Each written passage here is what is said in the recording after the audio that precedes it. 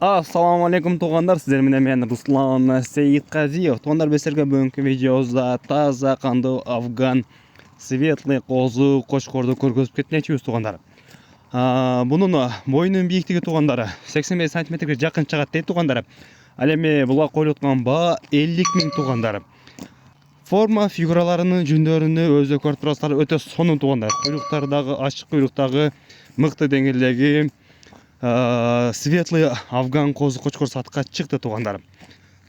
Экран астына ээси номерин калтырып койдук. Ээсинен байланышка чыксаңыздар, сиздерге дагы тагыраак толук маалымат берет туғандар.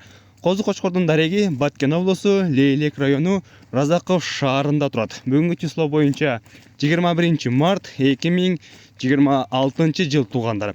Шашылыңыздар, өтө мыкты деңгээлдеги куйругу ачык светлый афган қозы қошқор издегендер болсо, ушул қошқорду көрүңүздөр туғандар. Шашылып жетишип калыңыздар.